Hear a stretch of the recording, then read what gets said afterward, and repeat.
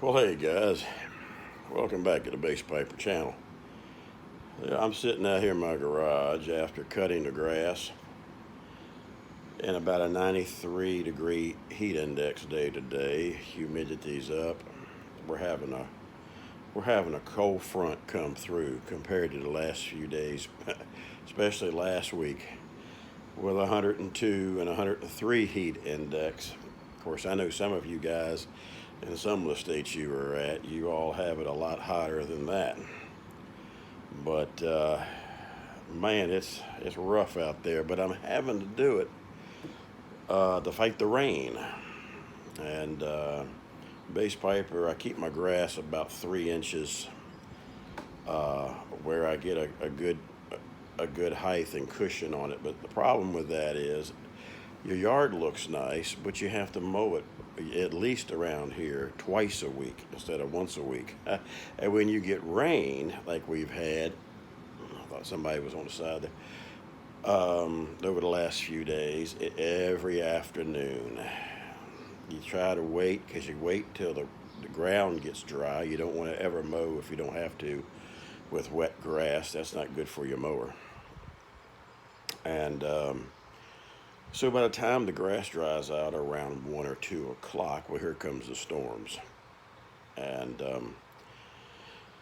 so I got a break today, and I said, well, let's just go fight the heat.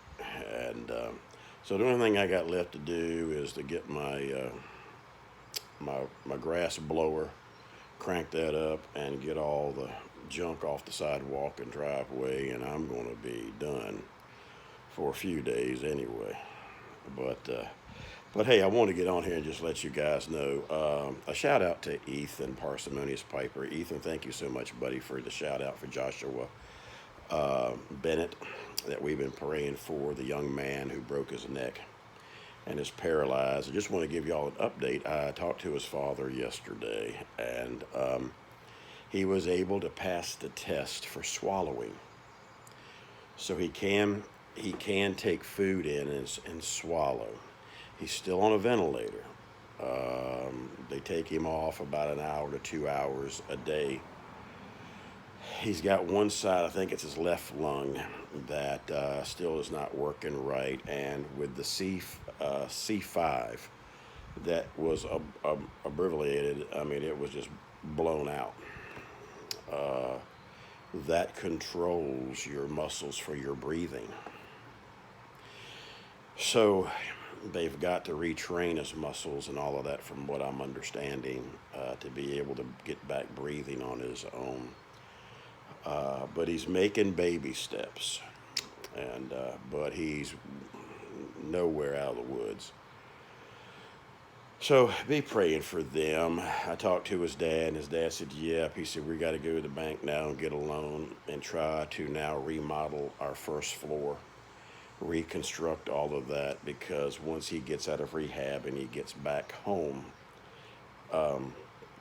we got to make it where we're able to maneuver him and make it easier, because they've got steps and stuff. They've got like a 2-story home, and so all of their first floor is going to have to, they were just getting ready to redo their second floor, but now that's been postponed, and now they've got to do the first floor to get things ready for Josh. So it is going to be a life-changing experience for that whole family. And of course, mom and dad still work, and dad still has he has a solo ministry where he sings and travels on the weekends and works during the week. And I don't know how all that's going to work. Mom is going to be able to work from home now. She's been with a CPA firm for many, many years, and so it's a private firm, and they're working with her, I guess, through this to let her work at home. So that's a blessing. And but they got a lot of life changes ahead of them. You know, when you stop and think about it, guys, really, just seconds, and your life changes, no matter how old you are. He's 23 years old, and unless there's a miracle that happens, life as he knows it and what he wants out of it is done. So you know, it's just been a taxing time. But I do appreciate all your prayers. Keep praying for this young man. And Ethan, thank you, buddy, for the shout out. Appreciate it. And this family needs all the prayers they can get right now. So anyway, we're going to chillax here a minute and try to regroup. I'm watching the June bugs flying out of my garage. We have got a onslaught of June bugs this year in the Smithfield area, and they're just having a happy old time flying in and out of the garage. But Bass Piper is going to sit here and try to get some water in me and chill for a minute.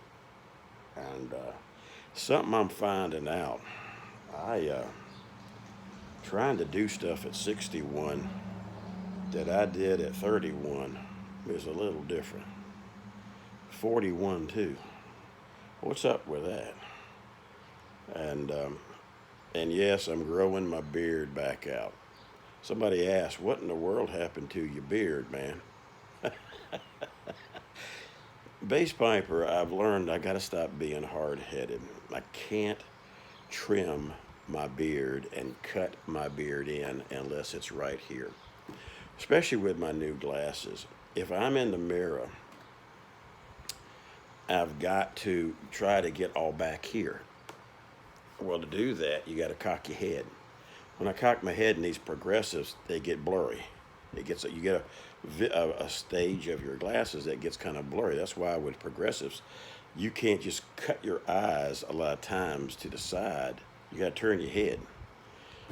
And I went to go trim in a couple of weeks ago, and as I did one time before, and I went up too high.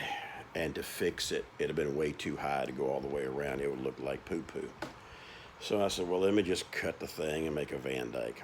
But I'm just tired of shaving. I said that a few videos back, and I'm still tired of shaving. When you get used to just having to trim your neck and then occasionally cut it in and box it out, I gotta wait on my son, or either get my son to show Miss Bass Piper how to do it, and then I'll cross my fingers that'll be done. You guys with beards know what I'm talking about. It only takes one oopsie, and if it's not the right oopsie, the beard's coming off. But especially when you have a short beard. But anyway, that's what happened for inquiring minds. I didn't give up the beard on purpose. I jacked it up. And I said, well, from now on, I'm just waiting on my son to come over. He has a beard, so he shapes Dad up. But he used to come around every couple of weeks, and now we see him about every month and a half to 2 months. So it was getting a little bit out of whack. I wanted to dress it out. And so I'm going to have to get Miss Bass Piper to learn how to do that, I guess, so I can keep my beard. So we're back. I took it down to a 0 on the guard where I just had enough stubble. And this is the 1 week today, so I'm got another 5 weeks, I guess, to go, 4 or 5 weeks to go to get it rolling again. But the people at church are thinking, man, the preacher's losing his mind. He's got it off, he's got it on, he's got it on, he's got it off. But I keep telling them, I said, look, that's the only hair I got left to have fun with. So give me a break. But anyway, guys, we're going to get on off of here, and we're going to get back to cleaning up the yard. And but I just want to give y'all an update on Josh, and continue to be praying for this young man. We don't know which way his road's going yet. They got to get him off the ventilator first, and but he is making a few signs of improvement, so that's a blessing, and prayers are being answered there. So just keep praying, guys. And one of the things his dad did say is, I know yesterday he had, I think, his first bout with some big depression, and so that's going to be headed his way as well, especially once he gets through the rehab, and the rehab ain't going like he thought it was going to go. You know, at 23, you think you can have one of these accidents, and in 2 weeks you're back, driving your car and taking your girl out on a date. It don't happen that way. And so they got a lot of stuff going on. So we're going to get on off of here. Hey, remember, relax, have a pipe or your stogie. And don't forget the many blessings God gives us every day. We'll talk with you guys later. Bye bye.